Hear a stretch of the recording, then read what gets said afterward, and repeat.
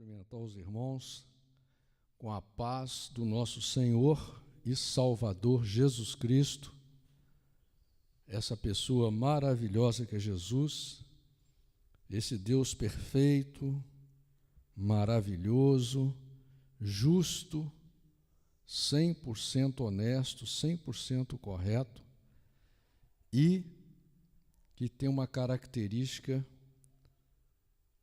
maravilhosa, que é a sua misericórdia. Esses dias estava conversando com uma serva do Senhor a respeito da misericórdia. A misericórdia de Deus diz aqui na Bíblia que ela é infinita. Por isso que Deus mantém esse projeto do ser humano até hoje e tem feito, nesses últimos tempos, esse grande avivamento que está acontecendo no mundo.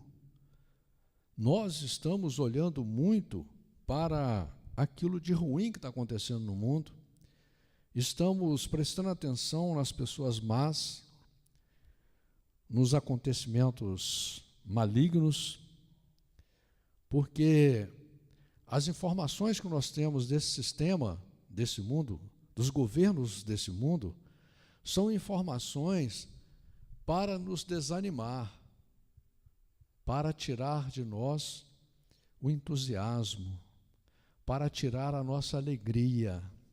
A primeira coisa que o diabo faz quando ele entra na sua vida é tirar a sua alegria. A primeira coisa. Por isso que a palavra do Senhor diz que a alegria do Senhor é a nossa força. Nossa alegria tem que vir de Deus, do Espírito Santo de Deus sobre a nossa vida.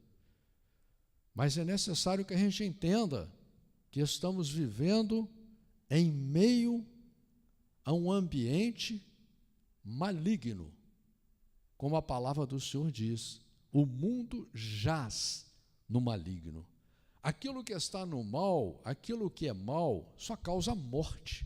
Por isso que diz que jaz, está morto. E se você não entende que existe essa guerra espiritual que está claramente descrita no livro de Efésios, no capítulo 6, que diz que a nossa luta não é contra carne e sangue, ou seja, não é contra pessoas, a nossa luta é contra seres espirituais nas hostes celestiais da maldade. É isso que diz a Bíblia. Mas nós não aceitamos essa palavra. Nós parece que nunca ouvimos essa palavra, parece que nunca lemos na Bíblia essa palavra. Rejeitamos essa palavra.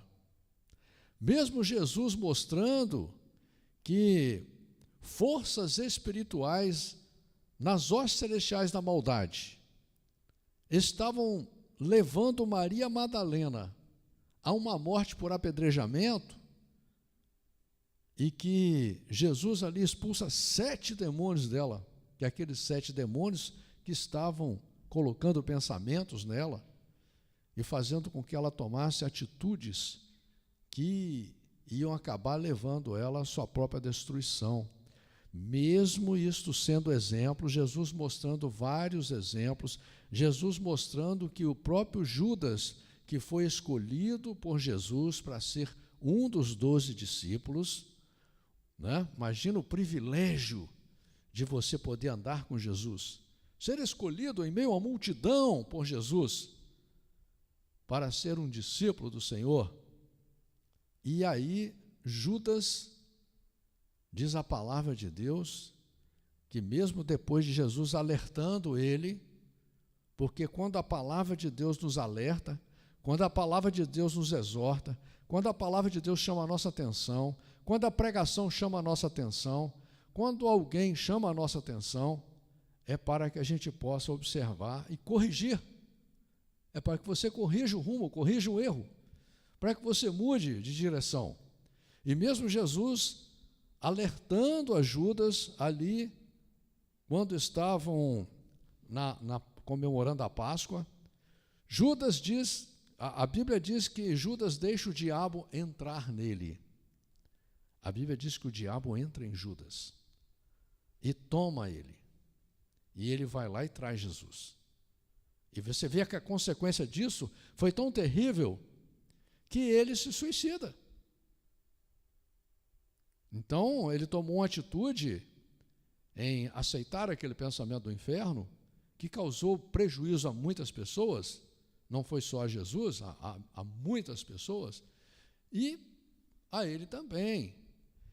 E assim nós, quando não aceitamos que há uma guerra espiritual, que os demônios, que os seres espirituais nas hostilidades da maldade têm poder para colocar pensamento em nós, e usa muitas ferramentas contra nós mesmos, usa o nosso gênio, usa o nosso orgulho, usa a nossa soberba, usa a nossa rebeldia, usa a nossa falta de humildade, usa várias ferramentas que às vezes estão dentro de nós, que foram colocadas pelo mundo. Porque, irmãos, vamos ser sinceros, vamos trazer a realidade para a nossa vida, vamos trazer a matemática para a nossa vida. Não vamos falar de filosofia, não vamos falar de achismo, ou do meu pensamento, ou do seu pensamento, ou de ideologias. Vamos falar da realidade do ser humano. Eu não conheço ninguém que quer se dar mal, eu não conheço. Eu não conheço ninguém que ele está interessado que alguém o engane, que alguém o roube. Eu não conheço.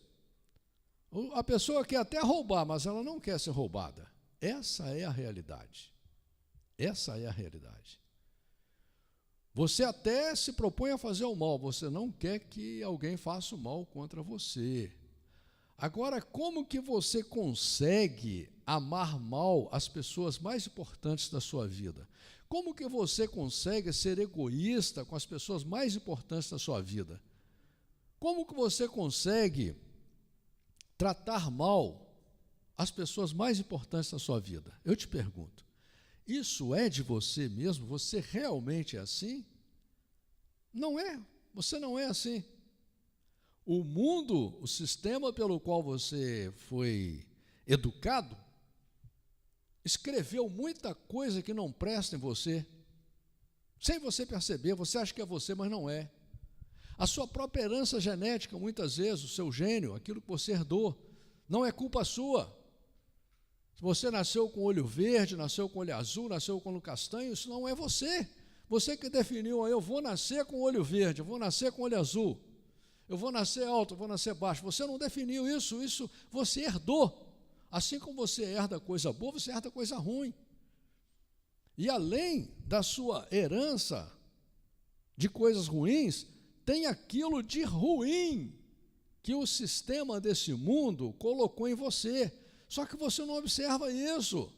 Quando Deus olha do céu, se agrada de você, assim como Jesus se agradou de Judas, se agradou de Tomé, se agradou de Pedro, se agradou de Mateus, para que eles fossem discípulos e andassem com ele, assim Deus, quando olha do céu, ele se agrada de você em meio a mais de 7 bilhões de pessoas aqui na terra. O Senhor espera que você passe a observar a matemática da vida, a realidade. Deus já não quer mais que você agora ande como o mundo. Deus agora não quer que você ande mais com os pensamentos do mundo, nem com seus próprios pensamentos, tanto que a palavra do Senhor diz claramente que Deus fala, os meus caminhos não são os teus caminhos, e os meus pensamentos não são os teus pensamentos. A partir daí, quando Deus olha para você, Ele te dá uma Bíblia na sua mão, escrita na sua língua, claramente descrita. A mesma Bíblia que Deus te deu é a mesma que existe no mundo inteiro. É a mesma Bíblia que existe no mundo inteiro, é a mesma palavra para todo mundo, porque Deus não faz diferença entre pessoas.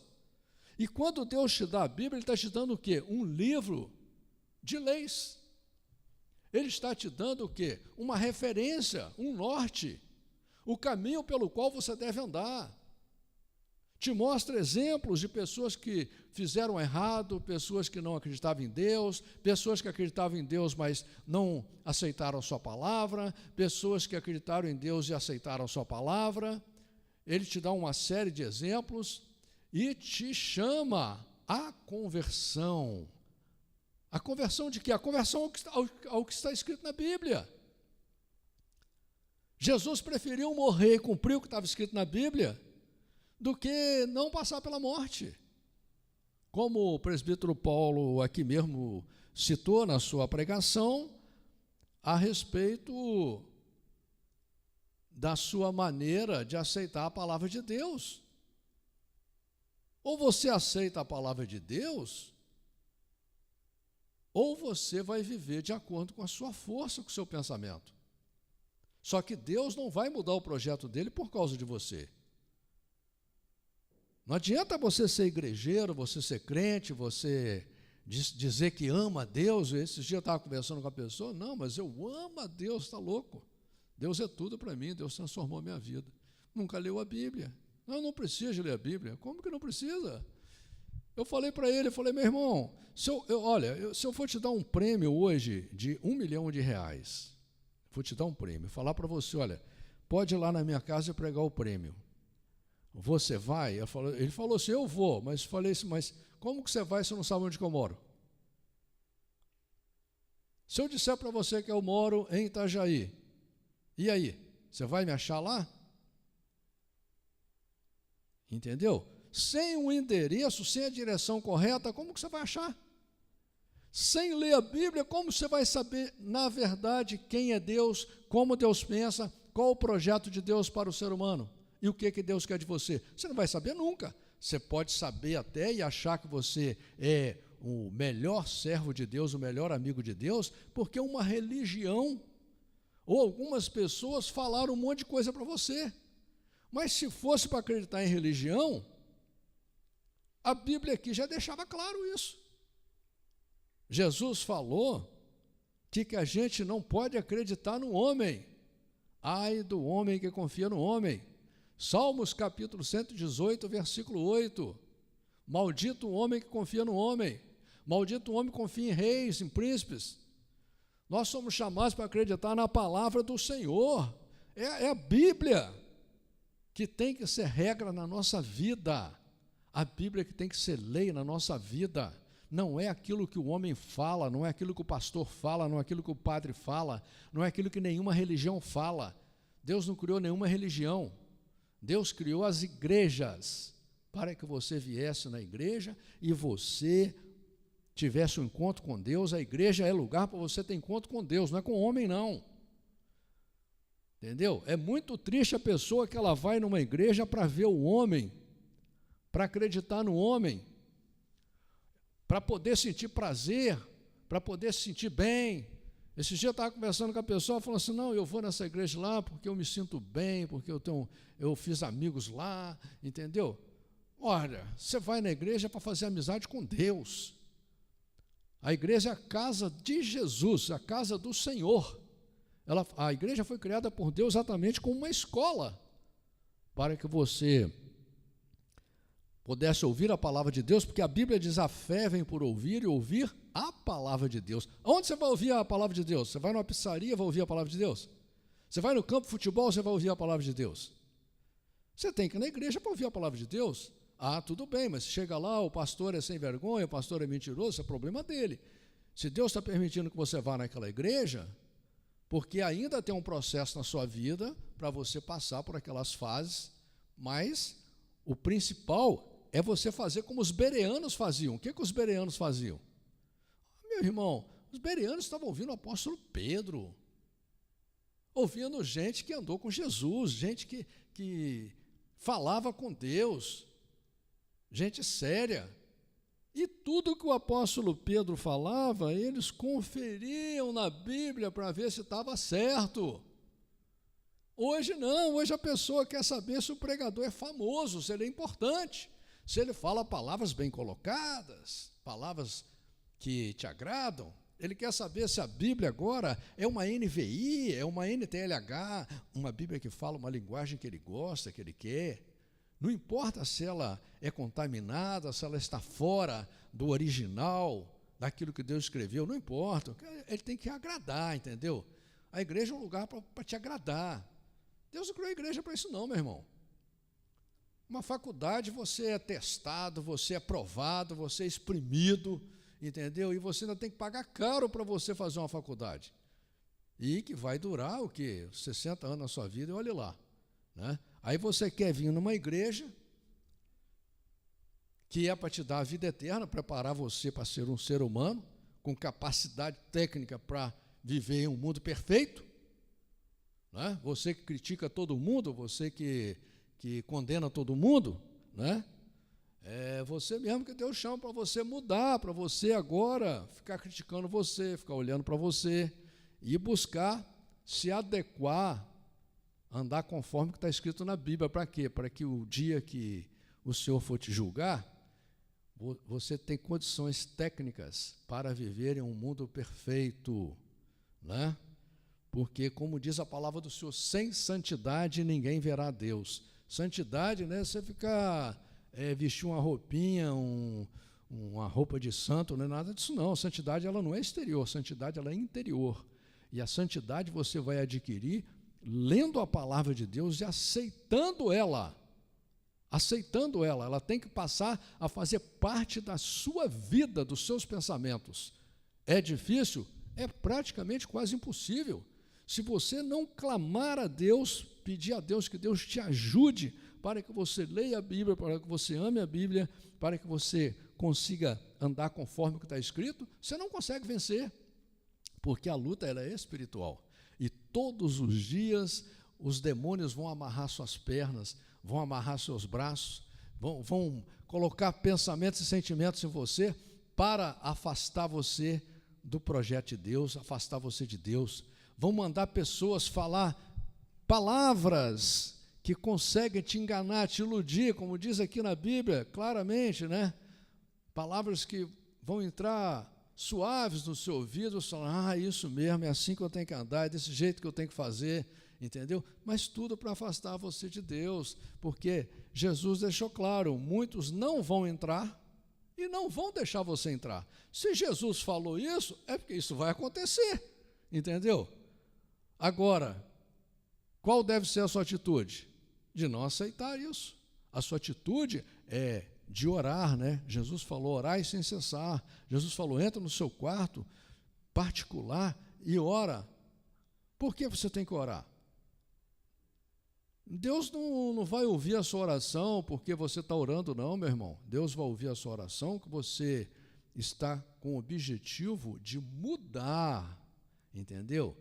Se atentamente ouvirdes os meus mandamentos, meus estatutos, meus juízos, né? Se você ouvir atentamente, se você estiver realmente falando com Deus de coração aberto, reconhecendo as suas falhas, as suas fraquezas, os seus defeitos, né? Olha o exemplo que Jesus fala do fariseu e do publicano, está claro ali, entendeu? Então isso tudo passa por uma atitude que você tem que tomar, uma atitude real, uma atitude séria, de levar a sério o que está escrito na Bíblia e levar a sério o seu relacionamento com Deus, porque de conversinha fiada você não vai chegar a Deus. Irmãos, estamos lendo o livro de Deuteronômio, capítulo 14,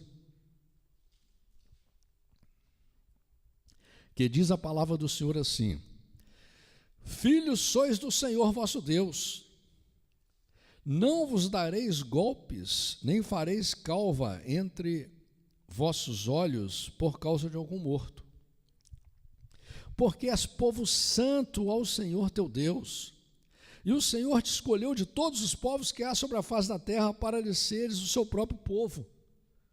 Entendeu, irmãos? Aqui Deus está falando daquele que Ele escolhe.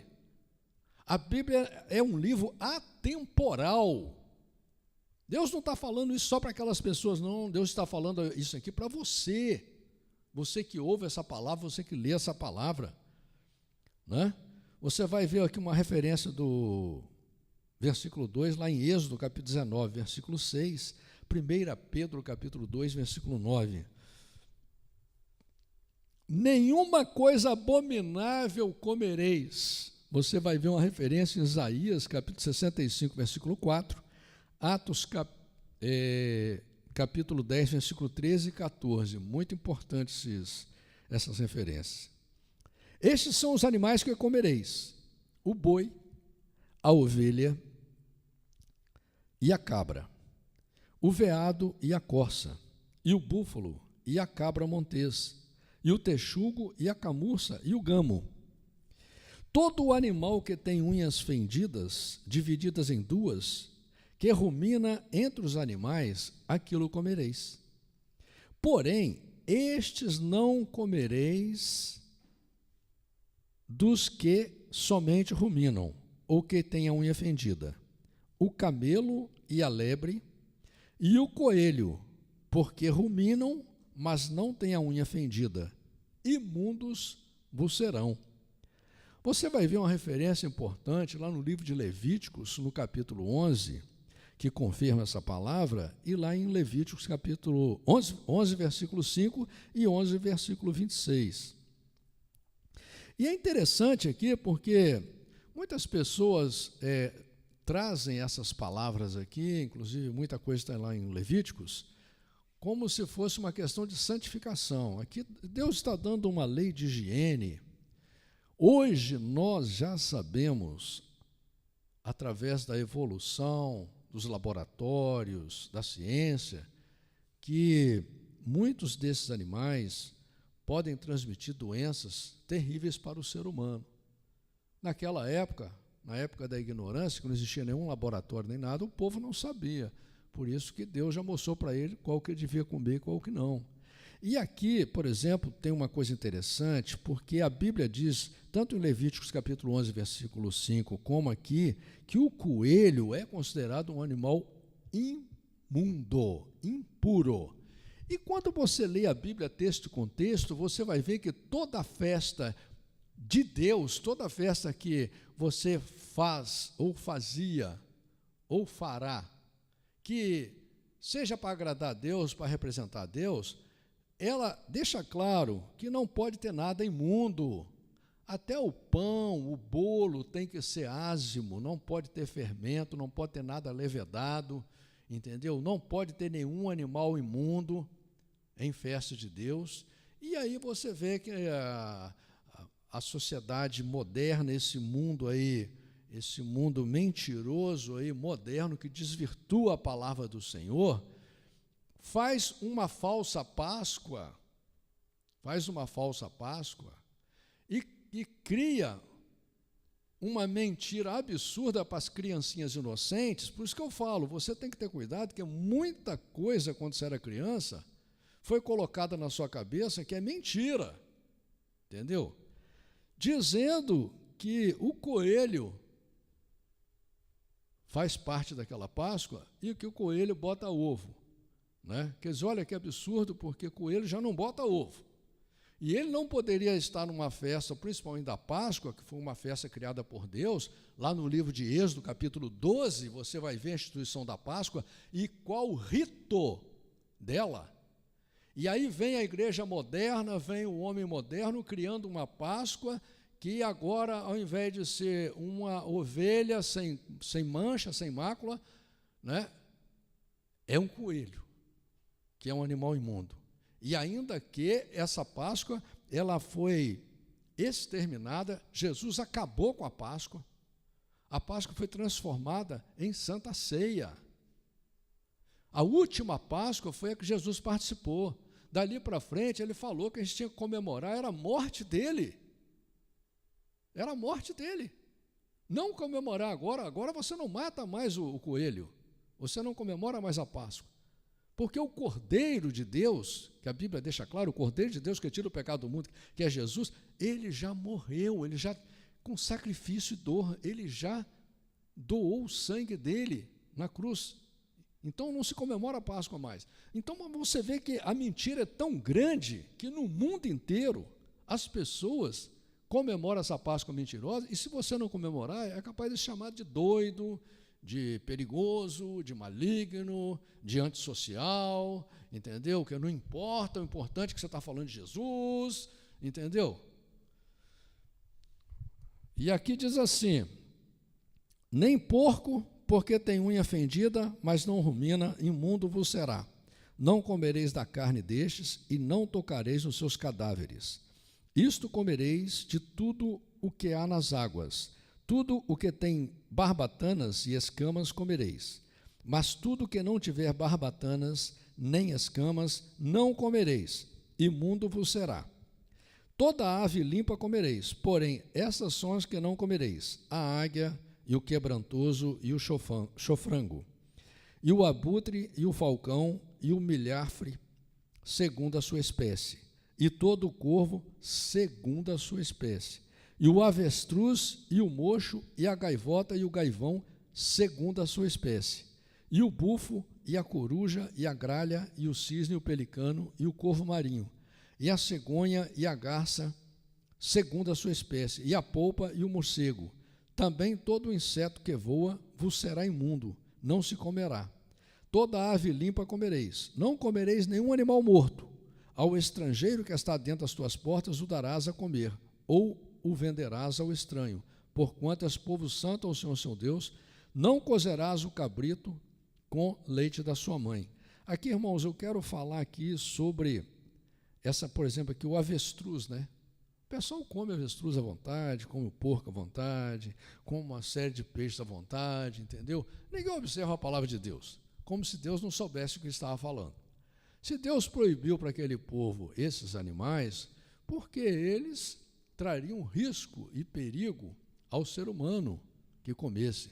Assim como nós sabemos que o porco, por exemplo, ele tem determinados vermes e bactérias e vírus, não sei, porque eu não sou médico nem cientista, mas eu sei que ele tem vermes, inclusive, que vão até para o cérebro da pessoa, né? Mas todo mundo faz de conta que não está vendo, que não sabe de nada, porque a palavra do Senhor não é importante, né? E assim nós vamos sendo desvirtuados e contaminados a cada dia. Certamente darás os dízimos de todo o fruto da sua semente, que cada ano se recolher do campo, e perante o Senhor teu Deus, no lugar que escolher para ali fazer habitar o seu nome.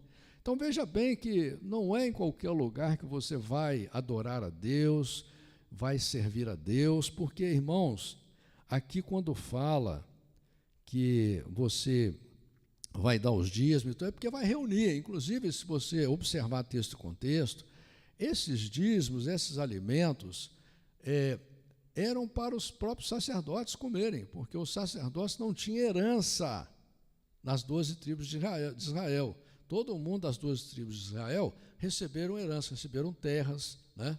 Receberam cidades. E os levitas, eles eram exclusivos para fazer o serviço do tabernáculo, da obra de Deus, e eles teriam que ser alimentados por quem recebeu as heranças. Por isso que diz aqui, mas quando faziam essas solenidades, o povo também comia. Uma parte era do sacerdote, dos seus filhos, né, da sua família, e a outra parte todo mundo comia junto. Mas tinha que comer o quê? Na igreja, tinha que congregar. Por quê? Porque, irmãos, nós somos seres coletivos. Por mais que você queira ser só você aqui na terra, se Deus for seguir o teu pensamento egoísta, anticoletivismo, o mundo nem existir. O mundo nem existir. Porque você não ia viver com ninguém, você ia viver só para você ia morrer, acabou o mundo. Ora, irmãos, o projeto de Deus é coletivo. Nós vamos viver com milhares e milhares e milhões e miríades de anjos no céu, de pessoas no céu. A própria descendência de Abraão, que Deus falou, ia ser maior do que a areia do mar, do que as estrelas no céu. O projeto de Deus é coletivo. E perante o Senhor teu Deus, no lugar que escolher para ali fazer habitar o seu nome, comerás os dízimos do teu grão, do teu mosto, do teu azeite, e os primogênitos das tuas vacas e das tuas ovelhas, para que aprendas a temer ao Senhor teu Deus todos os dias. E quando o caminho te for tão comprido que os não possa levar, por estar longe de ti, o lugar que escolheu o Senhor teu Deus para ali pôr o seu nome, quando o Senhor teu Deus te tiver abençoado, então vende-os e ata o dinheiro na tua mão e vai ao lugar que escolheu o Senhor teu Deus. E aquele dinheiro darás por tudo o que deseja a tua alma, por vacas e por ovelhas, e por vinho, e por bebida forte, por tudo o que te pedir a tua alma. Come-o ali perante o Senhor teu Deus, e alegra-te tu e a tua casa. Porém, não desampararás o levita que está dentro das tuas portas, pois não tem parte nem herança contigo. Ao fim de 3 anos, tirarás todos os dízimos da tua colheita ao mesmo ano, e os recolherás dentro das tuas portas. Então virá o levita, pois não tem parte nem herança tem contigo, e o estrangeiro, e o órfão, e a viúva que estão dentro das tuas portas, e comerão e fartar-se-ão, para que o Senhor teu Deus te abençoe em toda a obra que está que as tuas mãos fizerem. Aqui você vai ver uma referência do versículo 29, lá em Deuteronômio capítulo 15, versículo 10, Deuteronômio capítulo 24, versículo 19, Malaquias capítulo 3, versículo 10. Então aqui Deus já está mostrando que nós temos que ser misericordiosos, nós temos que ser bondosos, nós temos que aprender a amar o próximo, né? Temos que aprender a ter compaixão das pessoas que cometem absurdos nesse mundo. Tem pessoas que cometem absurdos nesse mundo. Muitos estão cegos, muitos, às vezes, fazem coisas malignas, mas estão fora das suas consciências e não vão colher fruto bom, não, irmão. Não há quem faça o mal nesse mundo, não há quem se afaste de Deus que tenha futuro. Isso não existe, entendeu? O futuro com Deus é só para aqueles que se arrependem, aqueles que buscam a discernir entre o bem e o mal, entre o certo e o errado, entre o puro e o impuro, entre o santo e o profano. Se você não tiver discernimento dessas coisas, você não vai poder viver com Deus. E essa é uma atitude que só você pode tomar. Você que tem que ser o seu juiz, é você que tem que observar aquilo que você fala, aquilo que você faz, como você está interagindo com as pessoas no seu dia a dia, porque muitas vezes você toma atitudes que depois até se arrepende delas. Depois se arrepende. Então, olha, irmãos, Deus não chama nenhum descontrolado, Deus não chama nenhum tolo, Deus não chama nenhuma pessoa que não tem a capacidade de discernir sua mão direita da esquerda. E Deus te chama para ter controle. Controle de quê? Dos seus pensamentos, do seu gênio, das suas atitudes, dos seus sentimentos. Porque aqui é escolha. Ou você escolhe andar com Deus, ou você escolhe andar conforme a Bíblia, ou você vai escolher o seu reino. O seu reino. Deus te chama para você servir a Ele. Ele é o rei.